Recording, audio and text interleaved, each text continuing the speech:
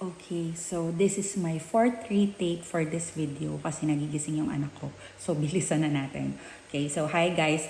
This is my second video for the NCLEX na wherein in this video, I will be answering some question that was sent through Messenger. So, umpisa na natin kaagad. Okay, number one is, bakit hindi nag-consulting agency? Pangit daw ba? Actually, consulting agency, hindi naman siya pangit. Okay? Because they all know the process. Okay, all you have to do is to provide them the documents that they needed and pay them. That's all. Yun nga lang, malaki yung difference ng price kapag nag-agency ka and kapag nag-DIY. So way back 2020, nag-inquire na ako sa isang agency and the figures that they gave me was $1,200. Kapag i-convert mo siya sa peso, 66,000 pesos siya. Okay, so that time, nagbayad ako ng $69 kasi sabi nila, you need the reservation fee, parang ganon. So ako naman parang eager na ako agad magpa-reserve, parang ganon. Kasi nga, mauubusan ng slot ba? I forgot kung ano yung sinabi nila. But then, hindi ako nag-take.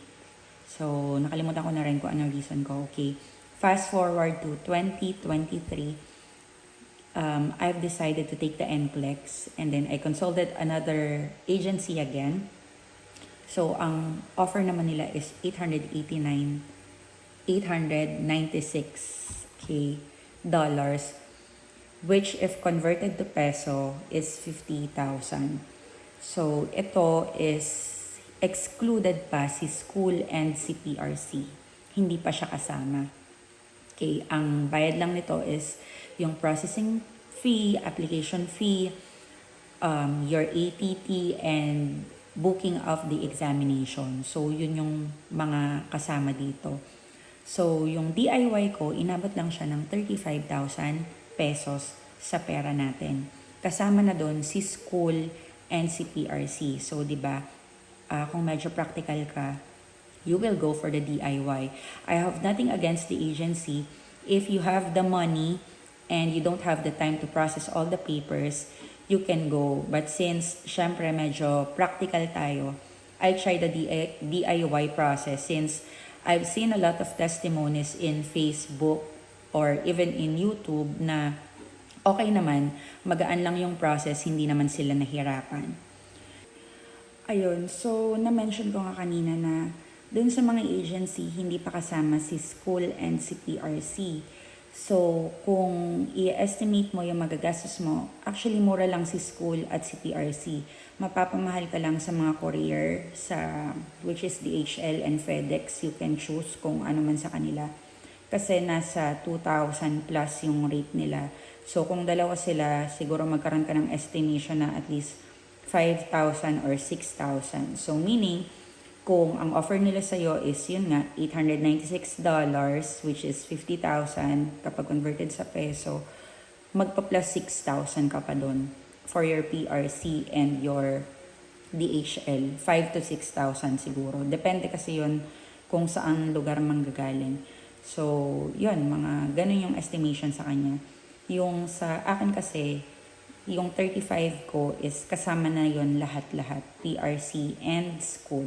Next question is, wala na bang pwedeng ibang pagkunan ng certification for mandatory training? Yes, meron siya and I will be posting the link sa comment section. So, nakalagay doon lahat ng accredited na pwede mong pagkunan ng mandatory courses, which is the child abuse and the infection control.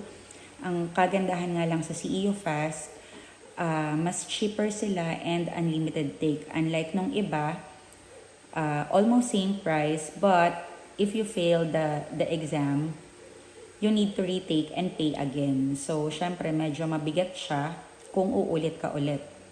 So, sa CEU Fast naman, kapag nag-fail ka, yun nga, unlimited take siya. So, kahit hindi mo nabasahin yung course, kasi same question lang naman yung lalabas sa kanya. But mind you guys, kahit paano, dapat basahin pa rin natin para magka-idea tayo. Bakit nga ba nila ito pinatake? So, remember na we nurses are considered as mandatory reporters of abuse. So, if hindi mo siya magawa, you may be liable. So, kahit paano dapat may idea tayo doon. Kasi, syempre, lisensya natin yung nakasalalay kapag hindi natin nagawa yung duties and responsibilities natin. By the way, masingit ko lang, dun pala sa na-mention ko kanina na bayad sa mga agency, normally kasama na doon yung exam or yung mandatory course which is in child abuse and in infection. So, hindi ko alam, siguro sila na yung magte-take. So, wala kang idea. Maganda pa rin na mag-research tayo para alam natin kung tungkol saan nga ba siya. So, next is, anong form daw ba yung uunahin? Kasi we have 3 forms. Form 1, 2F, and then 3F. Yung Form 1, online siya. Yung 2F sa school mo, yung 3F sa PRC. So actually, kahit ano naman yung unahin mo dito sa tatlo. Kasi kapag hindi pa nila nare-receive yung tatlo na yan, hindi rin nila ipaprocess yung papers mo. Dun sa mga nabasa kong DIY before, pwede mong i-process yung papers mo actually in just 1 day. Kaya lang ngayon kasi, si PRC, kailangan mong mag-book ng appointment sa kanya. Wherein dati, pwedeng mag-walk-in lang. Siguro sa sobrang dami ng applicants, kaya nagsasuggest na sila ng reservation or kailangan mag-book ka muna prior ka magpunta sa kanila. So, kung yung before, yun nga, may mga nabasa ko, in just 1 day, kaya mo siyang i-process. Sagutan mo yung Form 1, okay, which is online, and then after that, punta ka na sa school mo. Kung si school mo is mabilis lang mag-process, kaya siya i-release in a day, and then ipa-courier mo na siya, FedEx or DHL. And then punta ka kay PRC. Pagpunta mo kay PRC, kung kaya din i-process the same day, pwede mo na rin siyang mapa-courier. So, kaya talaga siya tapusin in 1 day. Pero ngayon, hindi. Kasi nga, kailangan mo na ng booking para makapunta ka kay PRC. So again, kahit anong mauna doon kasi hindi naman nila ipaprocess yung documents mo nang kulang pa siya. Okay, next question is, need ba mag-book ng appointment sa PRC or kailangan walk-in lang? And gaano katagal yung approval once masubmit mo yung mga credentials mo? So sa PRC ngayon, kailangan na nila ng appointment, hindi na pwede yung walk-in. And then kung gaano siya katagal, dun sa mga nabasa kong DIY before, inaabot silang 3 to 4 months. But in my case, parang 1.5 month lang siya kasi ang last document na nag-arrive sa New York was my school credentials. Nag-arrive siya ng April 24. April 24, nandun na lahat ng documents ko, Form 2, 3F, and then yung Form 1 nga. And then June 6, approve na yung credentials ko. So, April 24, May 24, and then June 6, so 1.5 month lang. Wala pa siyang 2 months. Okay? But, again, it will depend kung nag-agency kayo, kasi may kakilala ko nag-agency, yung sa kanya, almost same lang kami ng nag-process na una lang siguro ako ng weeks, pero medyo natagalan yung sa kanya. May nag-message sa akin na okay lang daw ba na walang 3F na isubmit, 2F lang daw. Yung mga videos na napanood ko before, kasi yung 3F natin is si PRC. And then, di ba sabi nga nila, kahit hindi ka board passer sa Philippines, pwede kang mag-take ng NCLEX. So, bakit kailangan pa ng 3F? There are some applicants na hindi na sila hinanapan ng Form 3F. But, may mga nabasa din ako na hinanapan pa rin sila ng Form 3F. So, siguro, it will depend kung sino yung evaluator mo. Siyempre, just to be sure, para hindi na tayo magpabalik-balik, Form 2F and 3F, isubmit na natin. Kasi hindi natin alam kung sino ba yung magiging evaluator natin, kung mahigpit ba sila or hindi. So, kung yung sa iba nakalusot, pwedeng sa atin mangyari din yun, pero hindi tayo sure, di ba? So, just to be sure and safe, just pass the 2F and the 3F form. Next is, gaano katagal daw ako nag-review.